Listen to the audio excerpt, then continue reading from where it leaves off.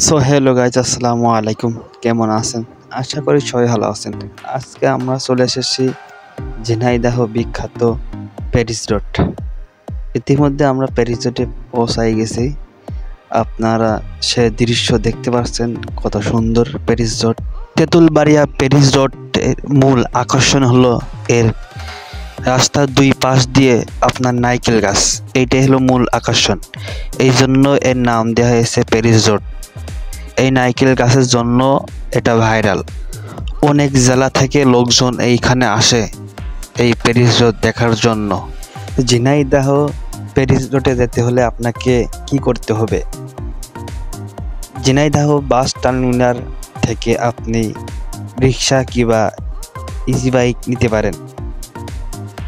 যদি বলেন আমি প্যারিস রোডে যাব তেঁতুলবাড়িয়া, আপনাকে সোজা নিয়ে যাবে।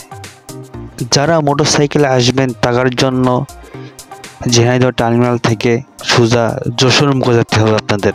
আজকের ভিডিও এই পর্যন্তই ছিল। ভালো লাগলে লাইক করবেন, কমেন্ট করবেন, শেয়ার করবেন, ইউটিউব চ্যানেলটা সাবস্ক্রাইব করে রাখবেন। আসসালামু আলাইকুম, সবাই ভালো থাকবেন।